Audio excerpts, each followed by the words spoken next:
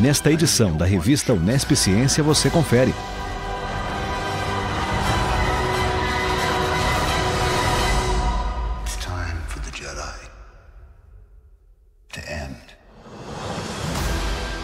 Então, veja bem, no verão nós temos que pensar na produção agrícola, na produção vegetal. E no inverno nós temos que pensar na pecuária.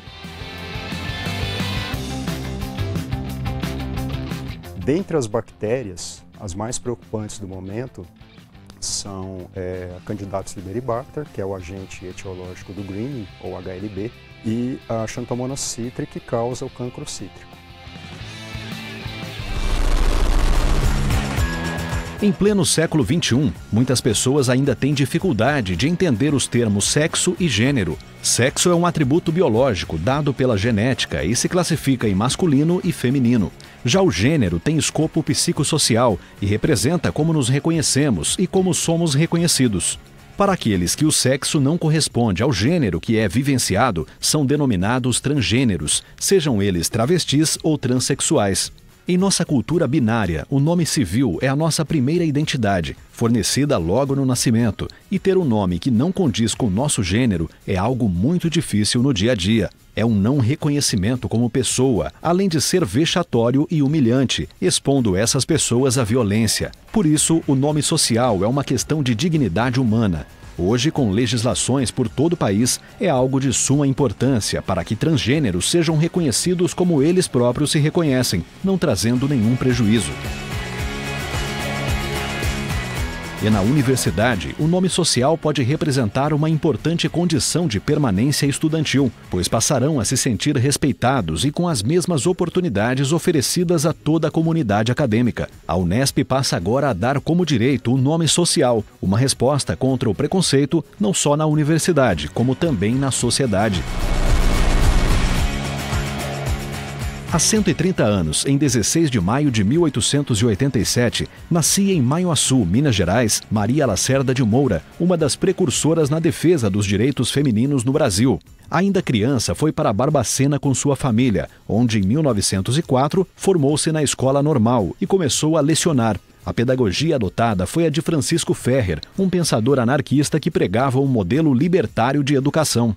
Espírita e anarquista, como se declarava, Maria Lacerda defendia a necessidade das mulheres se emanciparem do sistema patriarcal.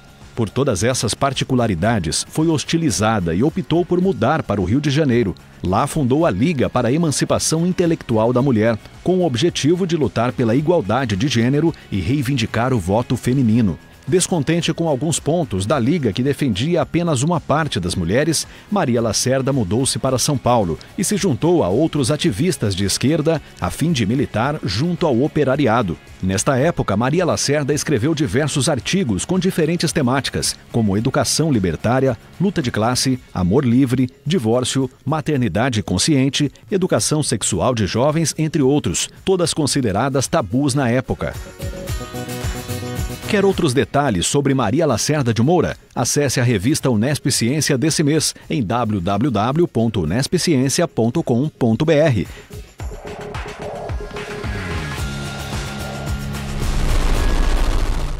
Em 2017, o Conselho Nacional de Desenvolvimento Científico e Tecnológico, o CNPq, comemora 66 anos de sua existência. Mas será que é um bom momento para celebrar diante da crise que o Brasil passa? A criação do CNPq foi uma decisão política com o objetivo de desenvolver a capacitação técnico-científica do país logo após a Guerra Fria. Mesmo em um período de recessão e um baixo desempenho econômico, como na década de 80, o CNPq sustentou o processo científico e tecnológico, mas que hoje passa por cortes de recursos, remetendo a números de 2003 e colocando em risco muitos projetos e programas de amplitude nacional, impactando em todo o desenvolvimento.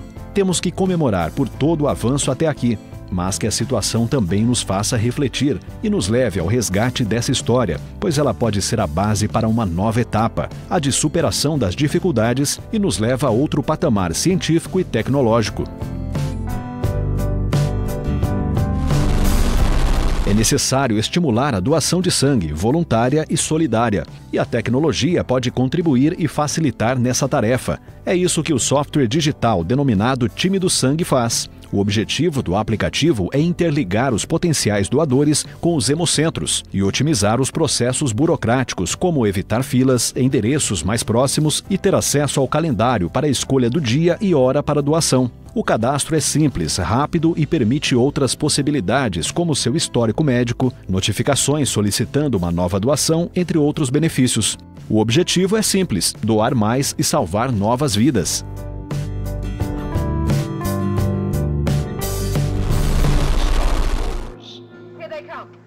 Há 40 anos, em 1977, estreava no cinema estadunidense Star Wars, ou Guerra nas Estrelas, como foi chamado no Brasil. Ele não era a aposta principal daquela temporada, e seu criador, George Lucas, lançou sem saber se haveria continuações que contariam toda a saga de Darth Vader. Os filmes, cheios de efeitos especiais, inovadores na época e com muitas simbologias de diferentes mitologias, ganharam fãs pelo mundo inteiro, passando de geração em geração até os dias de hoje.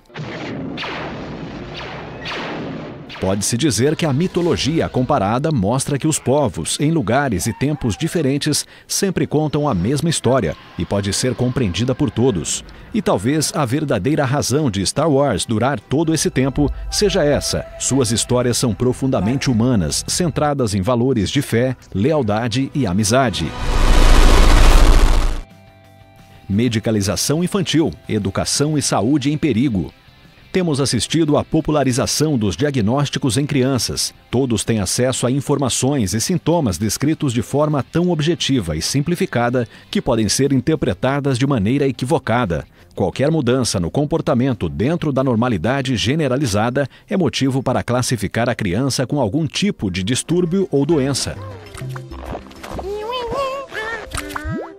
Ser superativo, quieto, bagunceiro, ter dificuldades em algumas matérias não significa estar doente. Temos que levar em conta o contexto de cada criança e, em nome de um suposto problema, punimos quem mais tem saúde e vitalidade sobrando.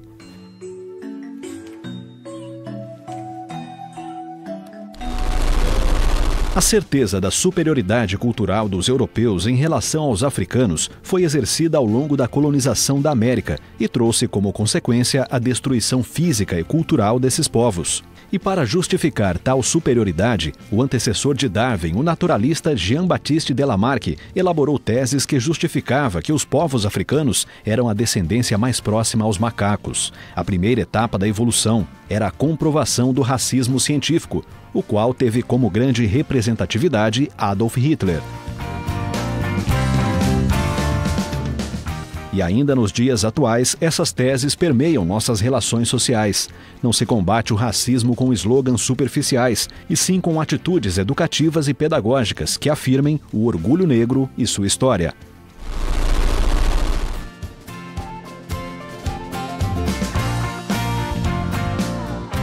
A seguir. Uma grande parte dos pecuaristas tradicionais vão sair do mercado, porque o custo de produção vem aumentando cada vez mais e o sistema continua ineficiente. Então o sistema não tem lucratividade.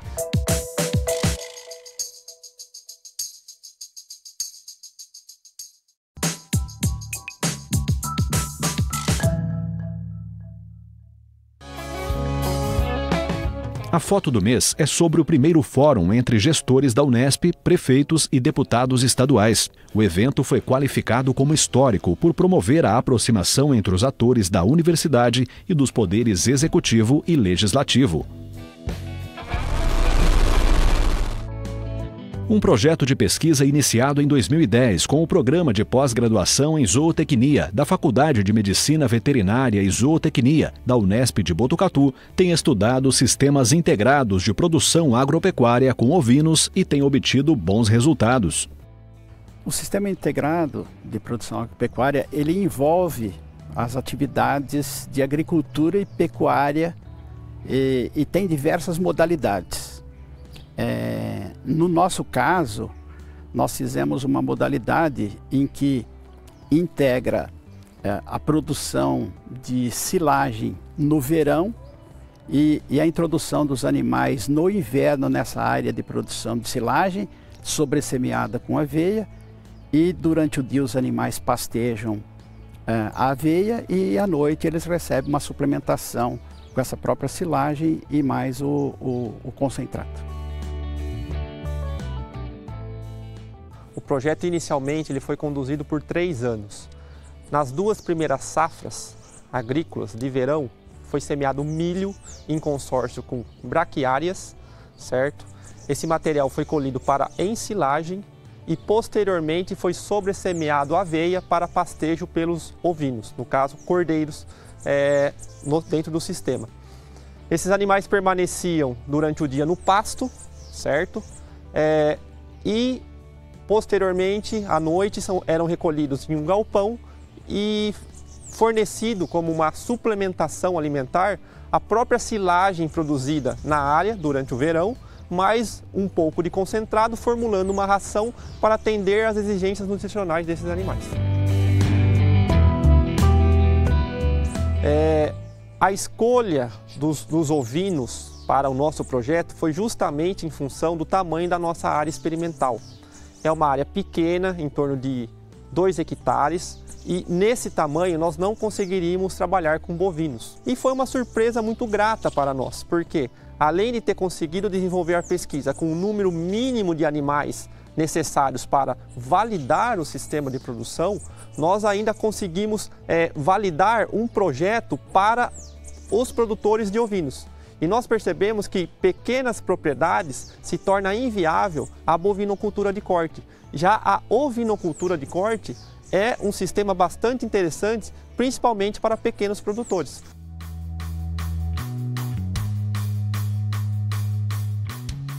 Então veja bem, no verão nós temos que pensar na produção agrícola, na produção vegetal. E no inverno nós temos que pensar na pecuária. Então tem várias etapas que devem ser integradas e tem que ser muito bem observadas para que dê certo. Então, aliado à planta de milho em consórcio com o capim-marandu, colhido na altura de mais ou menos uns 40, 45 centímetros em relação à superfície do solo, que é uma altura um pouco mais alta, apesar de a gente levar menos material para o silo, porém é um material de péssima qualidade, péssimo valor nutritivo que fica na base inferior da planta de milho, e esse material tem bastante potássio, então ele recicla potássio no solo, que é um grande problema nas áreas de silagem de milho, em função da alta extração desse nutriente. Então, além desse tratamento, nós incluímos o feijão guandu, que também é uma leguminosa, o feijão guandu, no caso, de porte alto, o feijão guandu forrageiro. Então, nós fizemos um consórcio tríplice, milho, capim-marandu e feijão guandu. E colhemos todo esse material para ensilagem, certo? Os resultados ainda são preliminares, porque eles ainda estão em fase de análise, tabulação, redação dos trabalhos, redação dos artigos, para posteriormente a gente divulgar esses resultados tanto para o meio científico como o meio produtivo, correto? Então, o principal resultado preliminar que nós percebemos até agora é que a inserção do feijão guandu no sistema, ele proporciona maior disponibilidade de nitrogênio para a cultura de inverno, que no caso é a aveia, que é pastejada pelos animais. Além disso, em função do sistema radicular do feijão guandu, que é um sistema radicular pivotante, que chega até 1 metro de profundidade, nós percebemos também que ele contribui para a redução da compactação do solo, certo? E além disso, a inserção do feijão guandu no material ensilado aumenta um pouco o teor de proteína bruta da silagem, reduzindo consequentemente a quantidade de concentrado proteico que vai na dieta dos animais, reduzindo um custo de produção. Só que o principal benefício que nós percebemos é essa parte de nitrogênio. Então, tendo mais nitrogênio no solo, a cultura de inverno produz mais, certo? Em termos de massa para pastejo pelos animais, de melhor valor nutritivo, e além disso, depois do pastejo pelos animais, ainda sobra maior quantidade de palhada para a continuidade do sistema plantio direto. Neste sentido, o sistema integrado fornece mais eficiência ao mercado, já que utiliza o mesmo espaço para ambas produções. O sistema de integração agricultura-pecuária eu costumo dizer que ele otimiza o uso da terra.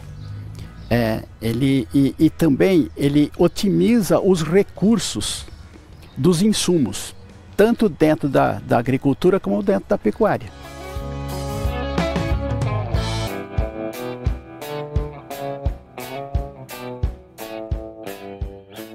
Uma grande parte dos pecuaristas tradicionais vão sair do mercado, porque o custo de produção vem aumentando cada vez mais e o sistema continua ineficiente, então o sistema não tem lucratividade. E o que nós estamos percebendo hoje, que dentro dos sistemas integrados de produção agropecuária, os produtores que estão mais se inserindo dentro do sistema são os agricultores. Então hoje de 80% a 90% dos produtores que fazem integração lavoura-pecuária são agricultores. Então o que nós estamos vendo que tem dado muito certo são esquemas de parcerias. O pecuarista empresta a área para o agricultor faz 1 ou 2 anos de lavoura e devolve o pasto recuperado para o pecuarista. Outro benefício do sistema integrado é a melhoria do solo, já que as plantações específicas favorecem a nutrição da terra. Numa média brasileira, nós temos aí em torno de 200 milhões de hectares de pastagens e 200 milhões de cabeça de gado. Então isso daí vai dar mais ou menos uma cabeça por hectare. Com a integração lavoura-pecuária, nós conseguimos aumentar isso daí para no mínimo umas 3 cabeças por hectare. Por isso que a perspectiva é que a agricultura entre nessas áreas, mas integre com a pecuária ao longo dos anos. O Brasil tem um imenso potencial de produção agropecuária e dentro dessa modalidade eu penso que nós vamos crescer muito criando um sistema sustentável. Que a gente costuma dizer que o sistema sustentável é aquele que é economicamente viável, ecologicamente correto e socioculturalmente justo.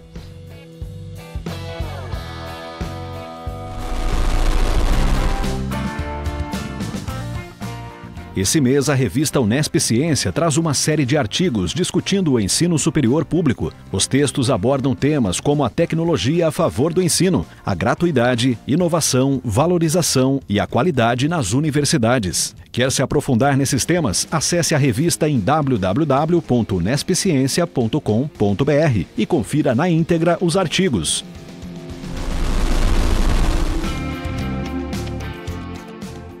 A seguir.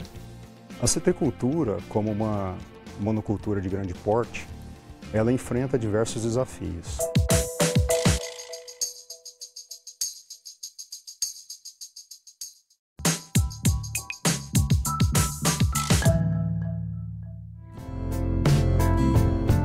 O Brasil é o maior produtor de laranja doce do mundo, chegando a produzir quase 6 vezes mais que o estado da Flórida, nos Estados Unidos, que ocupa o segundo lugar no ranking. No Brasil, a citricultura é uma das principais atividades econômicas e o estado de São Paulo é responsável por aproximadamente 80% da produção de laranjas brasileiras. Se não fosse por algumas pragas e doenças, esse número seria ainda maior. A citricultura, como uma monocultura de grande porte, ela enfrenta diversos desafios. Dentre eles, podemos citar os desafios técnicos relativos à irrigação, adubação, preparação dos solos.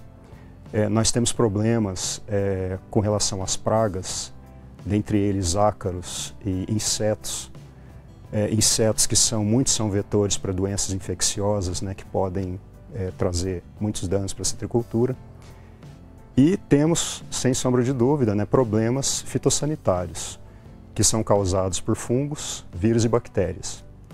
Dentre as bactérias, as mais preocupantes do momento são a Candidatus liberibacter, que é o agente etiológico do greening, ou HLB, e a Xanthomonas citri, que causa o cancro cítrico.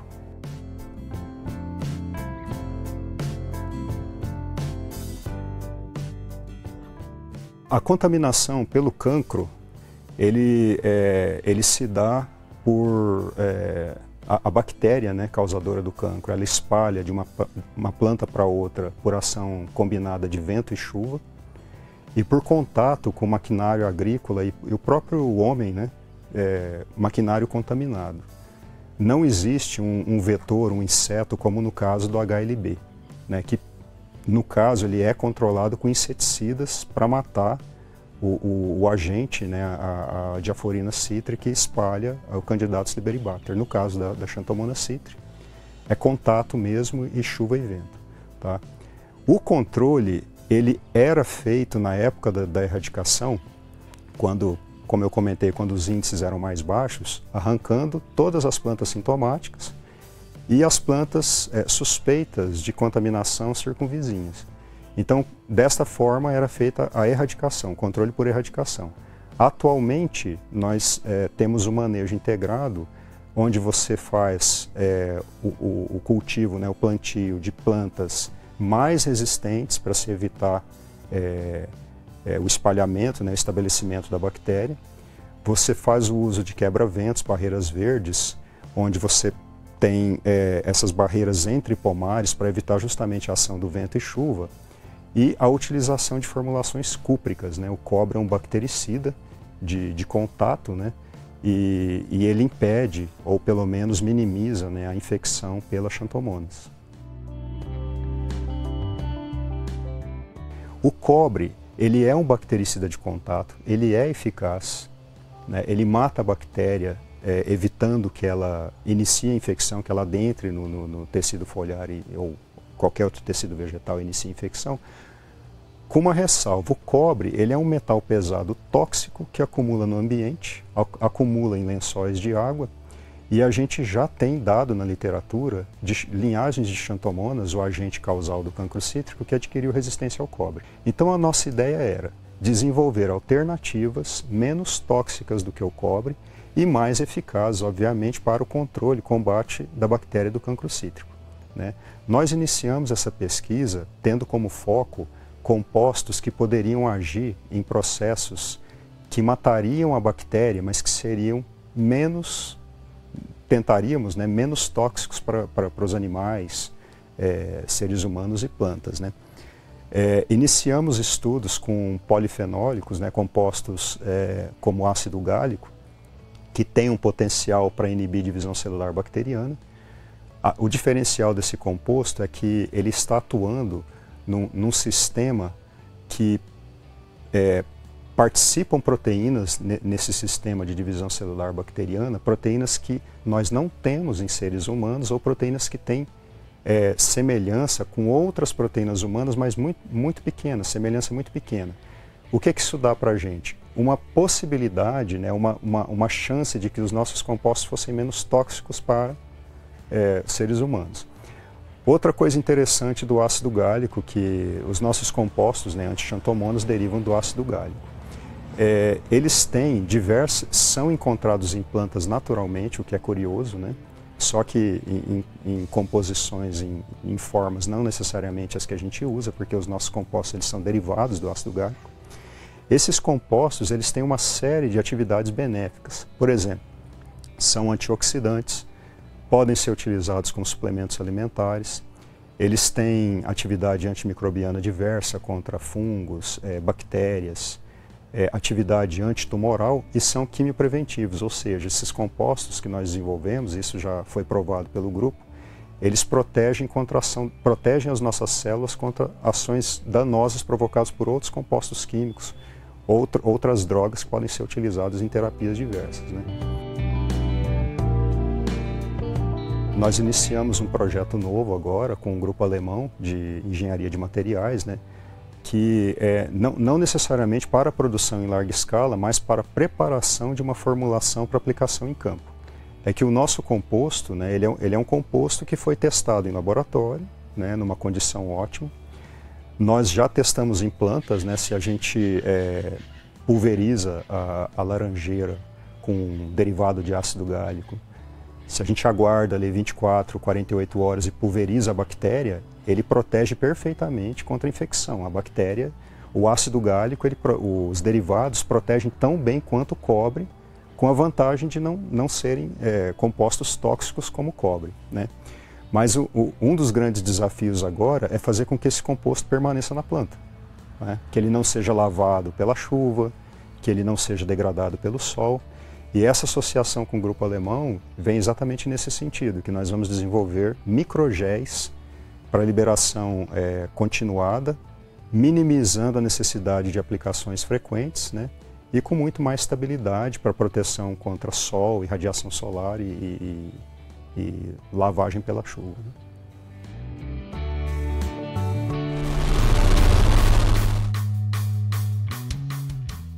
Mais de 2 décadas de ditadura assolaram o Brasil entre 1964 e 1985 e deixaram profundas marcas na política, na sociedade e na economia do país. Hoje ainda muito se tem a dizer sobre o derretimento da democracia brasileira, e é por esse caminho da economia que o pesquisador Felipe Ferreira Loureiro aborda no livro Empresários, Trabalhadores e Grupos de Interesse: a política econômica nos governos Jânio Quadros e João Goulart, 1961-1964. Confira essa dica de leitura. O livro é um lançamento da editora Unesp. Para saber mais sobre esses assuntos, entre em www.unespciência.com.br e confira as matérias na íntegra. O Unesp Ciência fica por aqui. Até a próxima!